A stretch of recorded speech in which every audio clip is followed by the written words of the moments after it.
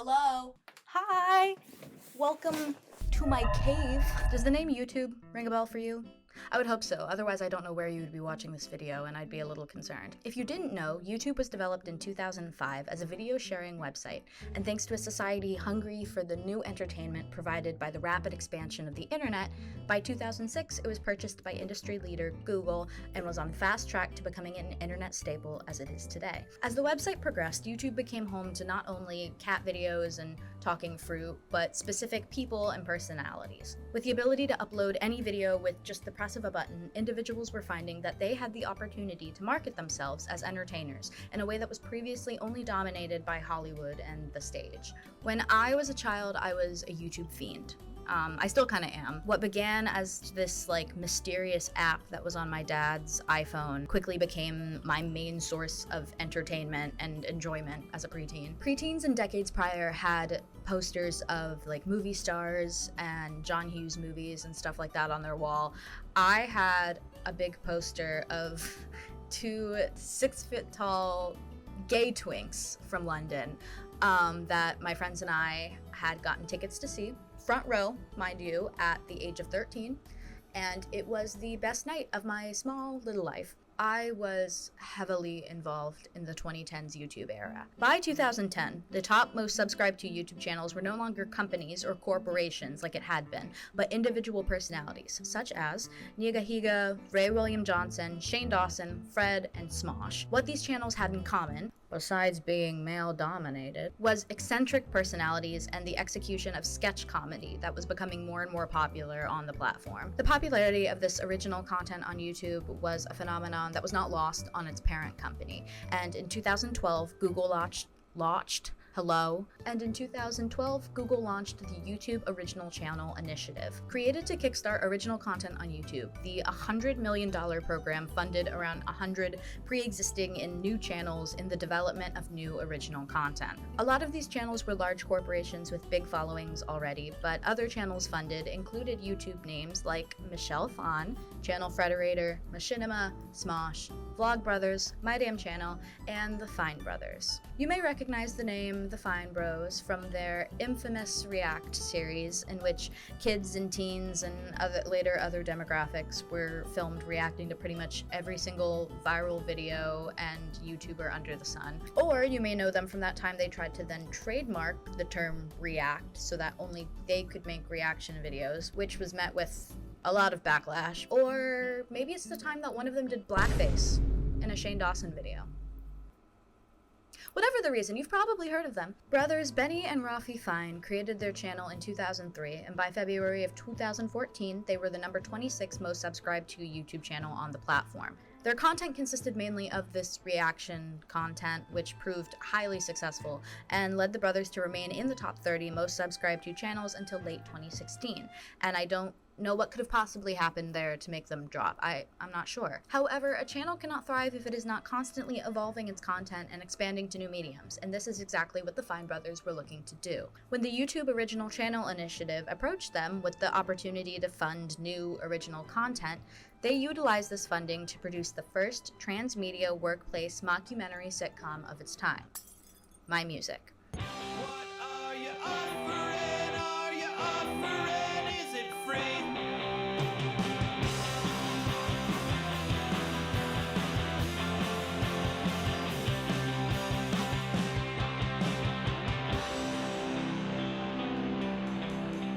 MyMusic is a sitcom mockumentary show that premiered on April 15th, 2012.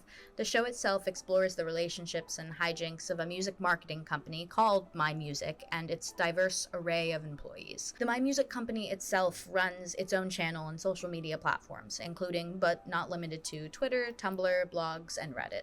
MyMusic consists of 2 seasons, the first containing 34 episodes and the second containing 24, each ranging between 5 to 10 minutes in length, if we're talking about the web series, not the condensed versions that were a sitcom length of 30 minutes. This comes out to 58 episodes in total, and for you, my dear viewer, I watched every single one of them. I watched MyMusic when I was a kid, in that 2010s internet phase I spoke of earlier, but that was 12 years ago, so I I needed a refresher. I felt in order to truly contribute my best commentary to this video, I needed to go back and experience the show again, even if that did mean subjecting myself to approximately 6 hours of what can only be described as 2012 XD so random humor. Did I absolutely love watching all 58 episodes of this show? Guess. Guess. Guess. Guess. Guess. Guess. Guess. Guess. Not necessarily. Does that mean it's a bad show? Also not necessarily. MyMusic is a show built upon stereotypes, and it's very forthcoming in that fact. Rather than go by their legal names, every character and employee in the MyMusic company must be referred to as the genre of music they identify with and represent. This results in the characters indie, idol, metal, hip-hop, scene, techno, dubstep, and intern 2, who identifies with no genre of music. Each character must act within the stereotypes of their genre, and if they stray from this, they're outed for being a poser and are effectively fired / sent to be the company's next rat protector. I don't know. Episode 1 begins with Indy, the boss and the CEO of the MyMusic company. He describes MyMusic to have started as a small blog covering underground music that eventually expanded to be a full company. However, in order to actually function as a company, they had to expand to other genres of music, and that brought on the hiring of social media manager Idol. I talk too fast for my own good sometimes. Idol and Indy are a direct antithesis to one another. Indy, played by actor Adam Bush, draws on Indian hipster culture as much as he denies being hipster. He wears scarves and pretentious clothing, square glasses, drinks kombucha and then immediately throws it up because kombucha is bad, and despises anything mainstream. Idol is the queen of mainstream. I love everything mainstream. Played by actor, YouTuber, and love of my life, Grace Helbig, Idol is radio top 40 hits and pop music personified. She loves reality TV, she sings loudly and heavily off-key, and if she likes something, Indie no longer can, because that means it's mainstream. After this, techno and dubstep were brought to the team as talent booking agents. Techno and dubstep are a package deal, where one goes, the other follows, and this is mainly because dubstep only speaks in beatboxing. Stop, careful!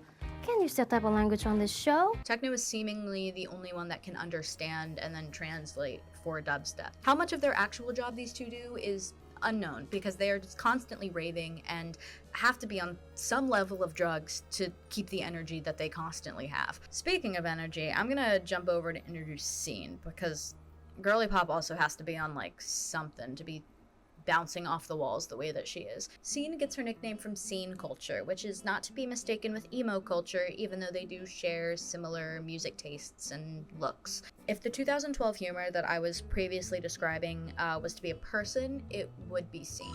Think of her as like a personified Nyan cat. And that's also kind of a partial self-burn, because Scene was the one that I probably identified with the most while I was watching the show. Get the photo away. I know I'm putting a photo up. Get it away. Scene is an intern and shares the space with the other unpaid intern in the office, Intern 2. Intern 2 likes all genres of music, and therefore he isn't given a fun little nickname. Intern 2 is the most grounded individual of this group of chaotic employees. He speaks reason and logic, and because of that, he is constantly shit on by everyone. You may recognize Intern 2 as YouTuber Jack's Films, and don't let those sideburns fool you. He is the heartthrob of this show, which is weird to say. Nothing against Jack. Jack is a good-looking guy, but baby, those sideburns aren't doing anything for you. I made it a point to always check the comments of pretty much every episode while I was watching them, and the amount of just thirsting for Intern 2 that I was seeing in these comments, man. There was one episode where he looked like this, and the comments were this. Not to mention the fact that he gets entangled with multiple different romance plot lines because he's this straight male that's like kind of logical and conventionally attractive. So multiple characters throughout the course of the show were like, hey. Also, the man had no interest in these women due to the fact that his character was probably only sexually attracted to flowcharts. Oh, beautiful flowcharts. Hip-hop was hired as head of marketing. Hip-hop is a weird case to comment on, because I want to bring up the portrayal of the only black character on this show being an aggressive black man who raps and then pulls a gun on various characters. But I also can't, because that's the point of every single one of these characters. They are so aggressively stereotyped and so open about this fact that you can't comment on it, because the reason would just be, yeah, that's the point. Plus, it's revealed later that hip-hop actually hates hip-hop and really loves like nerdy, geeky stuff, and he later gets rebranded to Nerdcore in season 2, so the stereotypes don't even prove to be true, which I thought was actually like kind of a smart way of doing it. Oh yeah, spoiler warning, I guess. I don't know. If you're watching a video essay on a TV, just expect spoilers. On a TV, if you're watching this on a TV, there's gonna be spoilers. After the introduction of each of these characters, the new hire, Metal, arrives. Metal is the new head of production, and he is based on... What, kids? Metal music! No. You need to redo that. He isn't given a desk. So the first couple episodes are quite literally just Metal trying to acquire a desk and be given basic human decency and respect as a new hire and employee. The storylines in this show are simultaneously short and long at the exact same time. There are the occasional long-running conflicts and plot arcs in the show, such as hip-hop not wanting to be outed as a poser, or Idol looking for love, but for the most part, the conflicts and storylines are isolated conflicts that stretch out over the course of several episodes. Due to the short nature of these episodes, they don't all necessarily feel like they have a natural story arc and conclusion, and therefore they feel both quick and dragged out at the same time. For example, I don't think there needs to be several episodes in which Indy tries to figure out who is leaving glitter footprints around the office and throwing a secret rave. I think it is fairly obvious who the culprits of that crime are. I've thought long and hard on how to provide commentary for this show, and I've decided I could not possibly chronologically go through the entire series without this being a 2-hour-long video that is a nightmare for me to edit. So instead of actually describing each plot point, I'm just going to rapid fire tell you what I believe to be the craziest plot points and details with no explanation whatsoever. So, have fun. The MyMusic building caught on fire 3 times. 2 of which were in the pilot episode. Bigfoot is a reoccurring character who is constantly just baffled by the concept of using a human toilet. Scarfman is also a reoccurring character. He's just a guy made out of scarves. I don't know if he's sentient or not. I don't think he is. Idol made one big audition reel to audition for every single reality TV show ever made and to be made, including one called Cancer Dancers, which made my jaw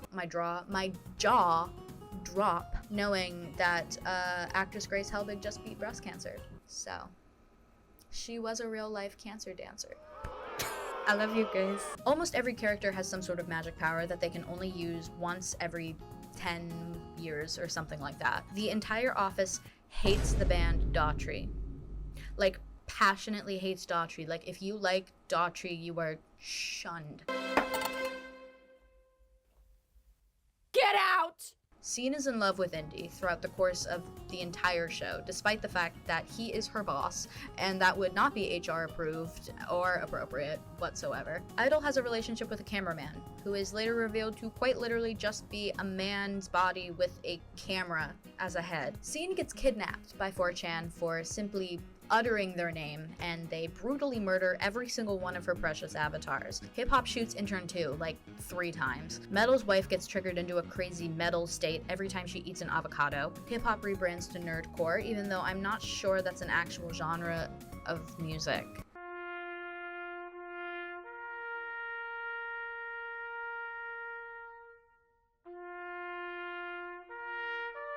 Idol leaves to go on her own reality TV show and then gets replaced by her cousin, Country. Country then proceeds to break every single bone in her body. Intern 2 leaves to work at an acid factory where he gets renamed to Flowchart and promoted like 3 times within the first week of his career there. Scene gets a boyfriend and their avatars get married, but in a dramatic reveal by Nerdcore, it's revealed that his avatar is cheating on her avatar. And then Tina, Metal's wife, gives birth right there in the office to a baby that is definitely definitely not a newborn, and then intern 2 kisses scene, which is so weird and out of the blue because that relationship had no structure to it. It was never hinted at, it was never built upon, and I don't know where it even came from.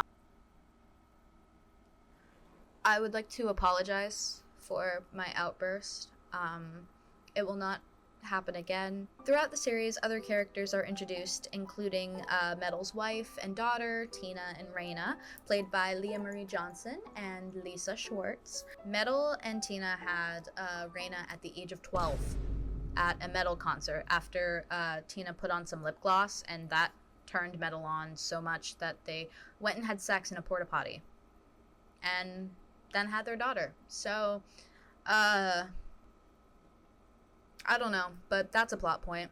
Some of our favorite 2010 YouTubers also make cameo appearances, like Rebecca Black, Jimmy Wong, Colleen Ballinger, Toby Turner, and Shane Dawson. Oh no. Okay, so not everybody in the show aged well. It happens, but I'm sure there couldn't possibly be other jokes that didn't age well.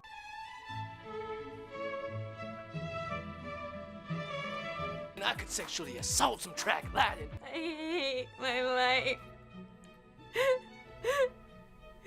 There is no way I'm letting you take away my free slave labor. That is so emo.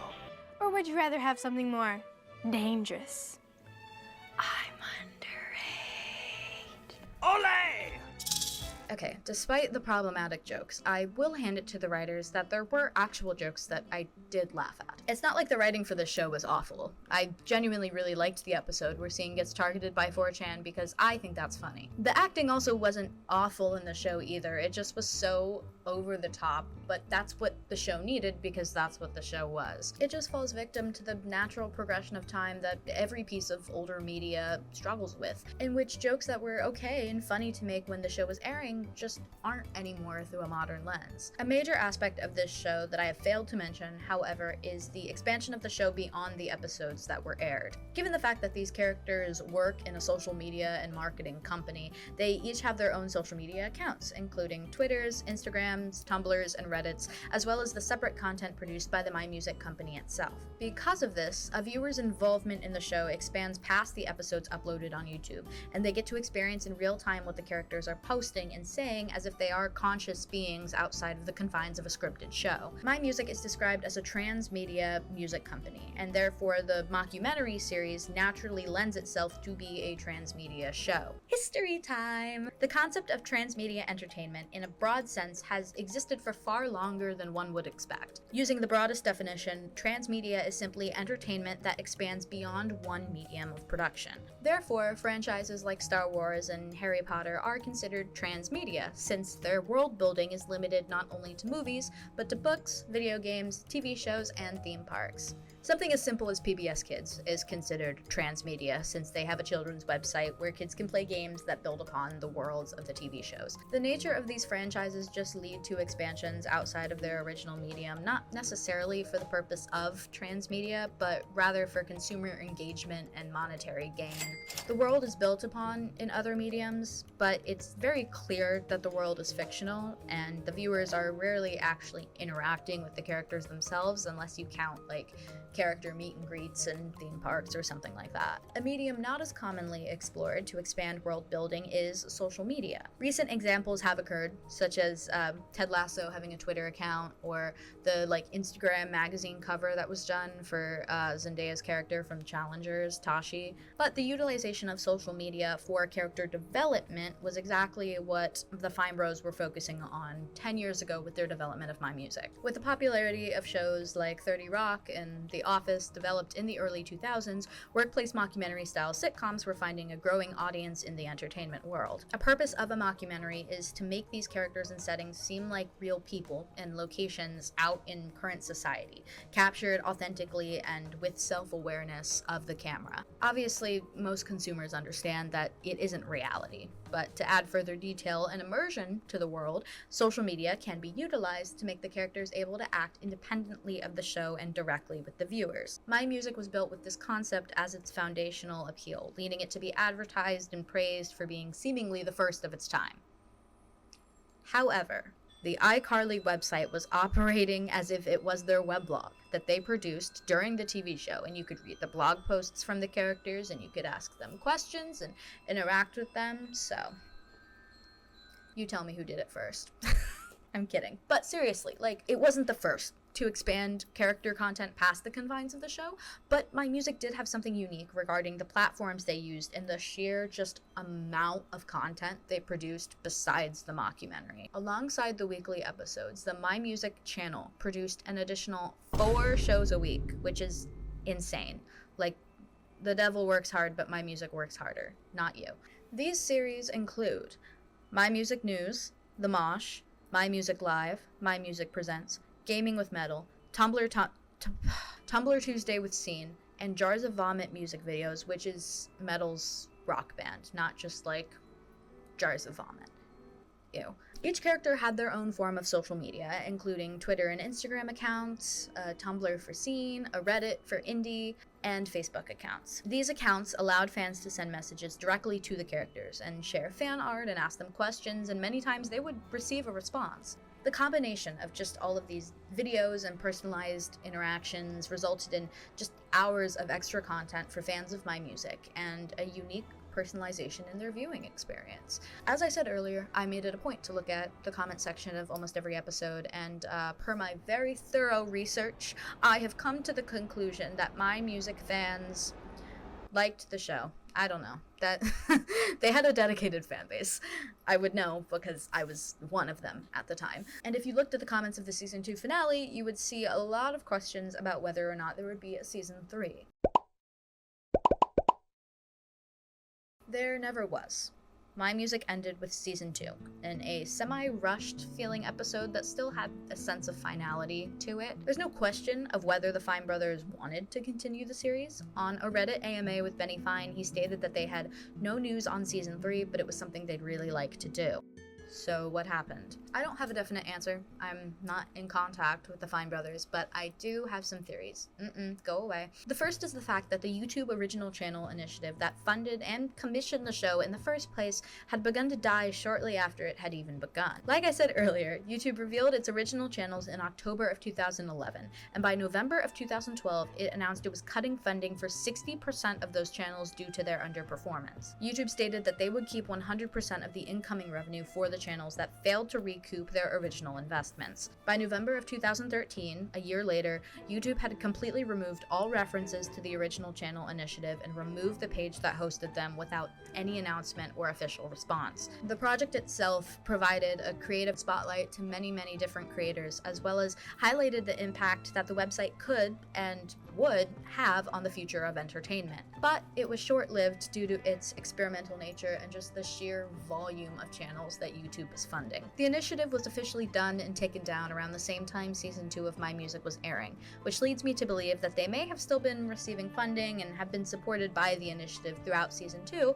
and then lost the funding as a result of the initiative's demise. Another factor could simply be that although the Fine brothers would have liked to continue the series, they were turning their attention elsewhere. In 2015, it was announced that the Fine Bros would have a series titled 6 Degrees of Everything on True TV, and they were already in the works to bring their reaction series to Nickelodeon with the name React to That. Whatever the reason may be, MyMusic did not receive a 3rd season, and the series officially ended on January 28th, 2014.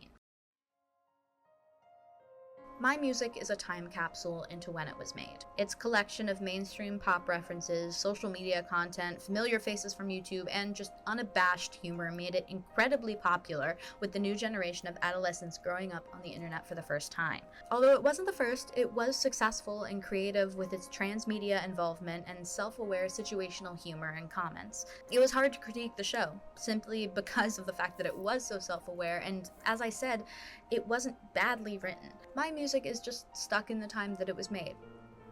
But is that necessarily a bad thing? Sometimes it's nice to go back and see what life was like a decade ago, what we found funny, what entertainment was like as it transitioned into a new age. Nostalgia is a powerful tool. It might be why you clicked on this video in the first place, and without it, so much would just be lost to the obscurity of time. MyMusic signified a new age in entertainment, for good or for worse, and solidified one true statement. Nobody likes Daughtry. Hi! It's been so fun to make a video again. I apologize for my absence. Obviously, I'm in a new location. I graduated college, I moved, I had to get all of that under control. But thank you for all the love that you've been showing me while I've been gone. I read every single comment, so if you have any thoughts about this video, feel free to let me know. Thank you guys for watching. If you're still here at the very end, I love you. Big smooch. Mwah. And let me know your thoughts. I don't know. I'm bad at outros.